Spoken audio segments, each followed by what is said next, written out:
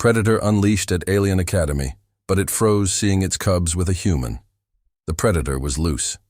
Security klaxons howled through the alien multi-species academy. Blast doors slammed, hallways sealed. Students screamed. Something had breached the containment bay and torn through reinforced gates like they were paper. And now, it was inside. A Threxan Bloodmaw, 12 feet of claws, fangs, and fury. Built for war. Engineered to survive orbital drops, biochemical gas, and starship-grade suppressants.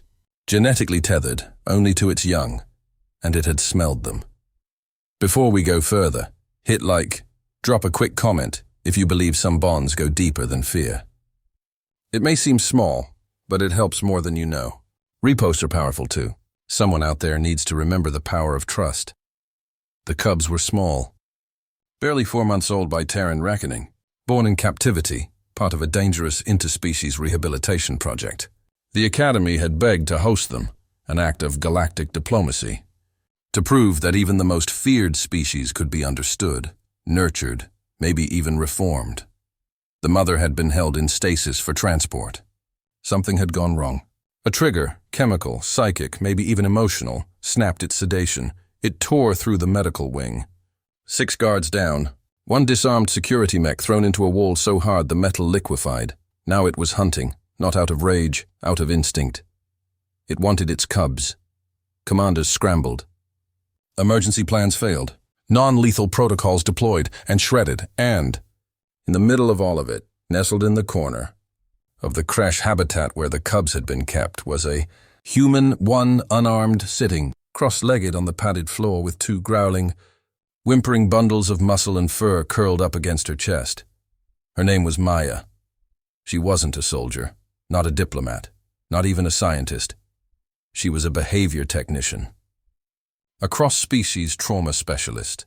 And when the alarms sounded, she didn't run. She stayed, because the cubs were scared. She didn't know the mother had escaped. Didn't know she was coming. All Maia knew was that 2 predator babies with knives for teeth and bones like steel were shivering in her arms, trembling, panting, eyes wide, and she wouldn't leave them. Even when the walls began to shake, the sound came first, a roar that turned bone to ice.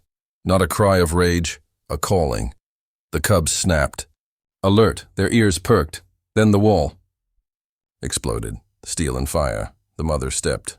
Through the smoke, her massive form taking up the entire corridor. Blood on her claws, heat rolling off her breath. Her eyes locked on the cubs, and then on Maia.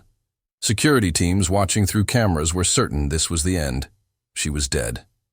Nothing survived a Bloodmaw charge, except she didn't charge. She froze, mid-step, mid-snarl, the moment she saw her cubs pressed close to a fragile, skin-wrapped primate, with their heads tucked under her chin. The predator's breath hitched, her tail stopped lashing. She tilted her massive head, and the growl died in her throat, and Maia raised her hand, slowly, trembling, but not with fear, with care. She didn't speak, didn't move, just breathed, in, out, calm, present. Because she understood something in that moment that even the security teams couldn't see. The predator wasn't looking at prey. She was looking at someone trusted by her children, and that was enough to stop the kill. The mother stepped forward. Maia didn't flinch. The cubs chirped, tiny, high-pitched sounds like compressed thunder. They weren't afraid anymore. They were happy. The mother lowered her head and sniffed Maia's hand. Security prepared to fire. The general in charge screamed into the comms, "Stand down! Stand down!" But no one breathed. The mother blinked. Then she sat right there. Massive claws inches from Maia's feet. Tail curled, eyes soft, not submissive. Not tamed, just understanding. Maia exhaled slowly and whispered, "They're okay. I've got them." The mother let out a low huff and gently nudged Maia's shoulder with her muzzle. A gesture of no one knew. Affection, acknowledgement, permission? Did it matter? The moment passed into legend. Security footage was archived, reviewed, shared, disbelieved, and then studied because something impossible had happened. Not just survival, but connection. The academy didn't expel the predator. They built her a den, let her stay, and Maia. She became the first non-native member of a predator. Matriarchal bond ever recorded. She didn't speak their language. She didn't need to. She held their young. She kept them safe. That was all the proof the mother ever needed. Researchers wrote papers. Biologists begged for interviews. War tacticians studied the footage in silence. One asked her later, "What made you stay when the alarm sounded?" Maia looked at him, eyes tired but warm, and said, "I'm not built to abandon the scared ones." A few years later, one of the cubs saved a diplomatic envoy from a rogue faction's assassination attempt. The report simply noted, "He moved faster than anything should have." The only word he spoke was Maia. The predator's line would go on to protect dozens of peace envoys, all bonded to a single human. Legacy, and every new cub raised by her descendants, would be brought to the old academy, where one photo still hangs: a human on the floor, arms full of baby, monsters smiling.